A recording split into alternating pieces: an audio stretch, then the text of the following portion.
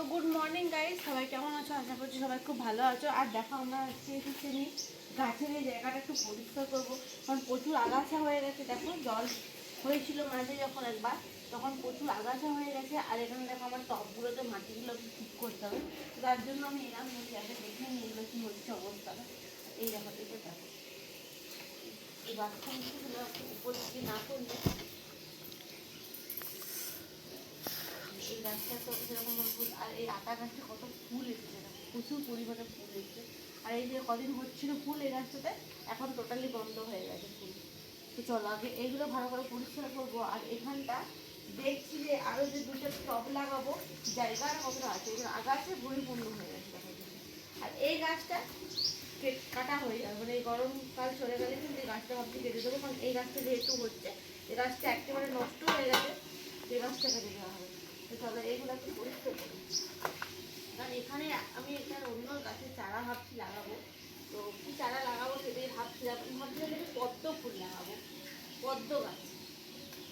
এই বৃহস্পতিবারে ঠাকুরের ঘরে যে পদ্ম ফুলের দরকার খুব, তো এখানে সেরকমভাবে পাওয়া যায় না। তো ভাবছিলাম যে গামলাতে আমি দেখছিলাম ফোনে অনেকেই লাগাচ্ছে ঘরে, তো সেই জন্য ভাবলাম যে লাগাবো। আগাছাটা এখানে লাগানো ভালো হতো পদ্ম ফুলটা, কিন্তু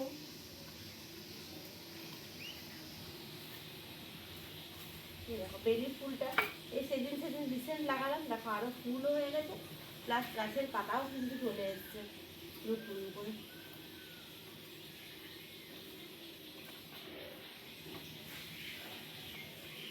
আর এই যে ভিতরে আগাছা চলে গেছে।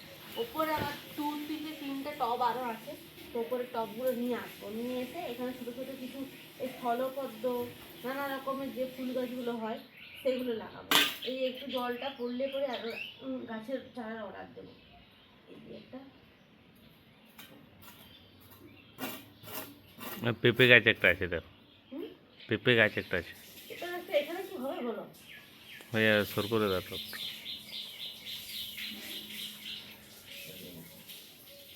এটা সেদিন লাগালাম, দেখো এখানেও সুন্দর আমার কিন্তু পাতা গজিয়ে গেছে, আরও নতুন মানে পুরো গাছটা পুরো লেগে গেছে, প্লাস এটা মানে ফুলটাও হবে।